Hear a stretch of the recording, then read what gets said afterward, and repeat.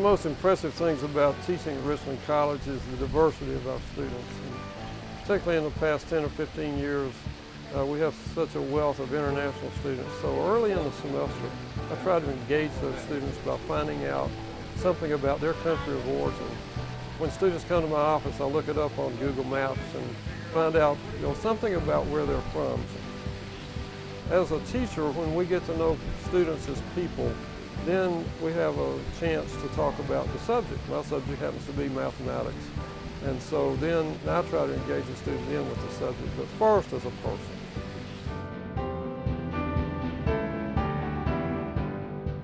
I welcome my students and try to tell them that this is their class, not to be going my class. I will be here as a friend, as a facilitator, and as a guide.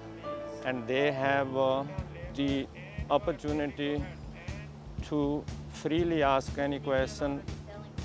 My success does not depend on my knowledge and my experience. It is all measured by the success of my students. So as long as they are here with us at Richland College, they start feeling that not only the help is available in the classrooms, but outside the classrooms, I go to the learning center and on a regular basis, I volunteer to teach them. So in totality, they feel like somebody cares for them.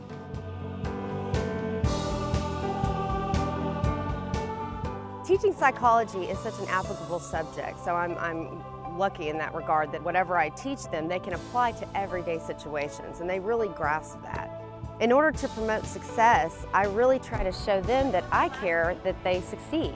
Sometimes students don't know if the teacher cares or not, so I think it makes a big difference if you care and are passionate and want them to succeed. It motivates them.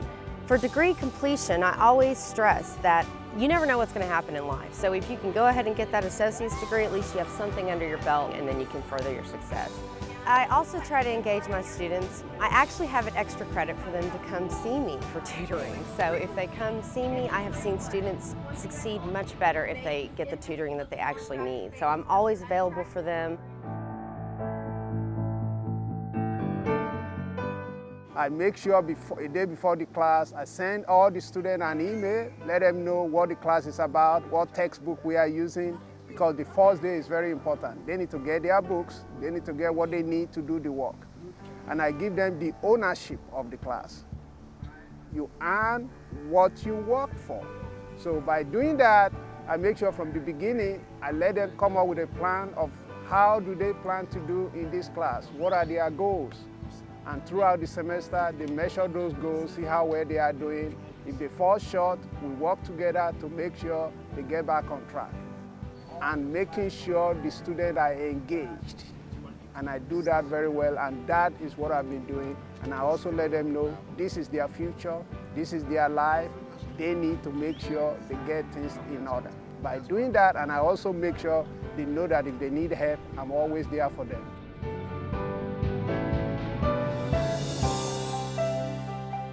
Well, I think it's important that the students make a connection with me. So starting on the first day, I will learn the students' names and then call them by name throughout the whole term.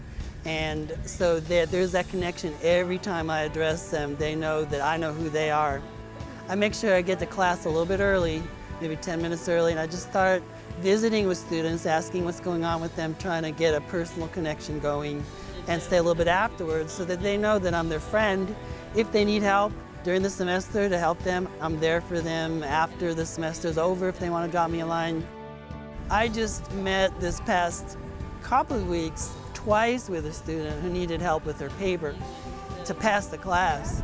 And so we did some back and forth through email of me giving her feedback. We sat down twice together. I gave her a grade for the paper where it stands 2 times because we wanted to make sure that she passes this class.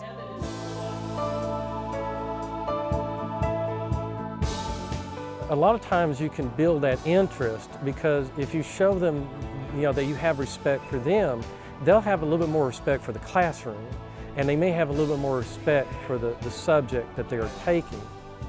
One thing I've learned over the years is that if the student really believes that you care about them and that you want to see them succeed, that a lot of times they'll put that little extra effort into it of wanting them to do their best for you, because they're more likely to come and talk to you, they're more likely to ask those questions, they're more likely to want to make sure they do well on their tests. But I think sometimes we forget the very basic foundation of developing that relationship with your students is just to show them that you really care about them and that you want them to do their best and you want to see them succeed.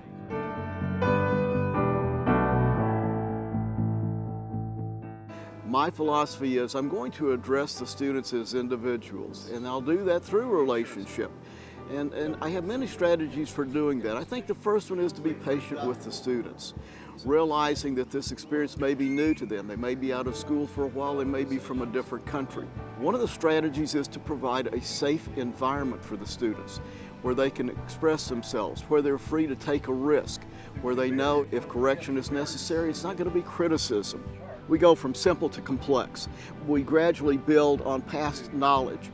And ultimately we want to take this knowledge, we're going to turn the knowledge into something that they can use to make decisions, they can use to assess, and finally they can create themselves. From knowledge to creation, that's my job as well as the job of the students I teach. Self-Change Project is a project where they really get deeper into what does it take for me to succeed in my academic career, and what changes do I need to make? And let me just pick on that one thing and change that so that I can be a 3.5 GPA or an A grade student. That's self-change, that's changing one aspect of your life, and I just ask them to pick one and then monitor baseline data, treatment data, connect it, log it, and then reflect on it and write a paper. What are you doing today or this week that brings you closer to your dreams and goals? At the end of the day, can you put a check mark on you came closer to getting your associate degree? What is it that you need to do tomorrow that you did not do today? And if it's a yes, that you did do what you should be doing today, then let's plan for tomorrow.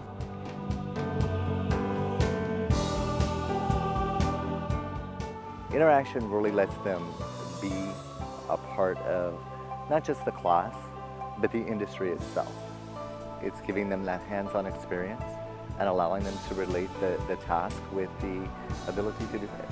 And then setting them out on externship enhances that as well. And so it's more hands-on or interactive learning. And we visit our externs on site. And so we're able to work with them even more and continue that interaction with them. And I think it really gives them a sense that we are here for them and we do support them, their goals and their success. And when they meet that success, we're there with them as well to celebrate that. I've had a great success rate with my students, not just finishing our programs, but going on to actually work in the industry and use that education.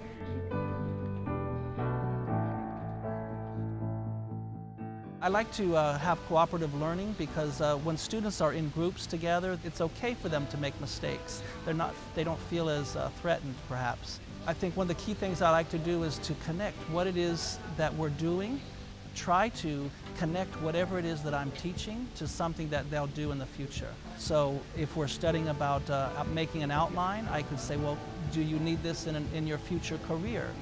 Perhaps you'll need a report in your future business, or perhaps in your writing and grammar class you're going to need to make an outline. So I try to connect everything I do to something that they will do either in their future careers, in other academic classes, or perhaps even in their social life.